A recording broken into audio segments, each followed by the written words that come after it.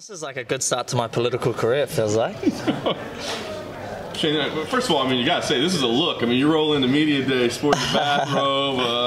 Was there an inspiration today? I just like doing a lot of firsts, and someone told me that no one's rocked up with a robe, so I just came down. No, I just feel like Mum's always told me, dress for comfort, not style, but I think this does both. Very well. Let's talk about your return. I mean, you took some time off. Can you talk about the reason that you took the time off? Yeah, so put it bluntly, I took time off because I'll keep everything blunt because I overtalk sometimes, guys. To put it bluntly, got depression. Like, I won't talk about how it happened. It's just life. If you push things away, it's like an injury. You know, if you get an injury and you're just like, I'll just keep training, limp away with it. It's like mentally, I had like an injury, and it all came to the fray kind of after Singapore because got the bonus, knocked the studio out, a little bit of fame and money and stuff. So I realized that my drive for a little while to get into the UFC was what I perceived as money and fame. You know, like it's this is career. It's like flashy. I want that. But it brought to fray that I felt empty afterwards. I wasn't actually happy, and then I had to go back home. I had to go back home to Marae Nui Napier to reconnect with my family, to reconnect with Te Ao Maori, like the Maori world, and that really rooted me back to the real reasons why I started fighting, which was to basically get to this platform and spread a positive message. And yeah, that's what it is. I was going to ask you, I mean, I don't want to push too much, but yeah. I mean, I think that could be educational for people. I mean, here you are, you're on top of the world, right? Yeah. A win. It's not after a loss, you know? I mean, it's a win. It's a It was huge. Everything's great. I mean, you're one of the baddest dudes on the planet, right? And you're saying, I'm not good. I got to take some time away. I mean, what message did you take out of that? The other people that maybe hear this can learn from? Yeah, I think it's just, I think I was real lucky. My body brought everything. I basically started crying randomly, and I was like, why am I crying randomly when I have like lots of money now and lots of fame, all these things that I thought I wanted? That's why, because I thought I wanted them so much that I was willing to, you know, we risk so much out there in the cage. I'm taking years off my life. At the end of my life, my grandkids won't be able to experience me or live, you know, they might not even see me or whatever. That's the risk that we take. And if you're just taking that for money and for people to be like, you're the man, that's messed up, man. So it reminded me I needed to know why I really did it, and I think it just made me way more powerful. And you've got to listen to that voice inside yourself. And for me, that voice was a dark voice for a period of time. That's why I had to take that time off. Yeah. When did you know I'm good now? I'm ready. Hey, you know what? Put me back in. I'm ready to go. I knew when I came back from Napier, and I kind of knew because like the first 2 days there, I was reconnecting with my family, seeing all these beautiful Maori kids running around, talking to the kids in the hood. I come from Marae Nui Napier. It's a hood, but a beautiful place. It's beautiful if you're from there. You know, if you're not from there, you'll be like, oh, you got to wear a bulletproof vest to go through Marae Nui, ha ha ha. Like, that's not funny.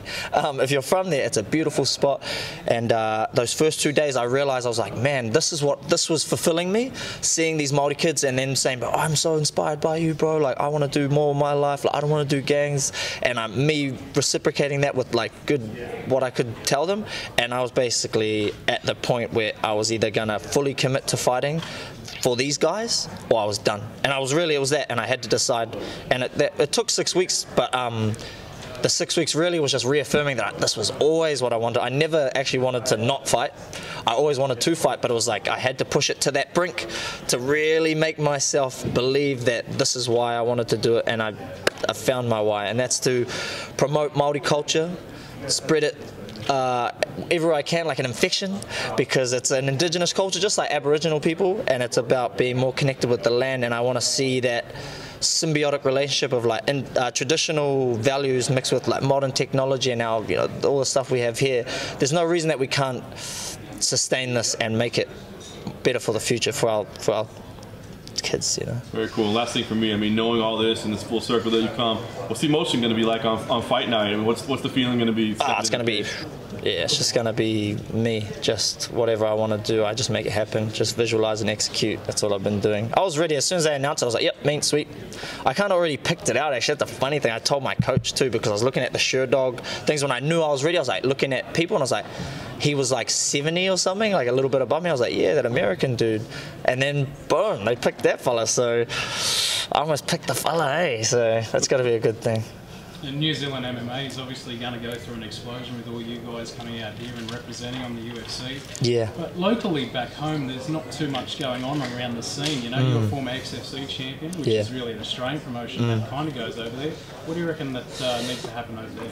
Well, Kai, myself, and Israel caught the tail end of it. We were lucky to have a few good shows on our come up, and thankfully it made us so tough because we were just fighting other tough little nuggets like ourselves, you know, like some Kiwis are almost too tough for their own good. You see with the brother Daniel Hooker, Ed Zimbabwe, we got so much heart and will that we can show.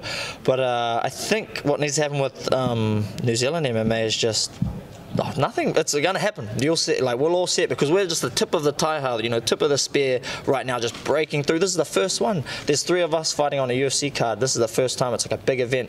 Many years come. We're still young. All of us are young. We're going to take this thing over. So, and we've got plenty of dudes in our stable ready to come to UFC. And when they come, you know, say we got like 10 guys in the UFC now, they're going to inspire so many more kids. I got 14, 15-year-old kids coming up to me being like, I'm going to beat you one day, I'm going to get there. I was like, yeah, boy, that's what I want to hear, you know, like there'll be a second wave. This is the first wave, there'll be another wave, it'll be continuous, yeah. And how do you sort of contain that Maori warrior spirit? We've seen it right at the end of your last fight, you know, that really come out, but staying technical at the same time. Yeah, it's, well, Maori have always, like, there's a little thing, it's like, my language is my strength and ornament of grace.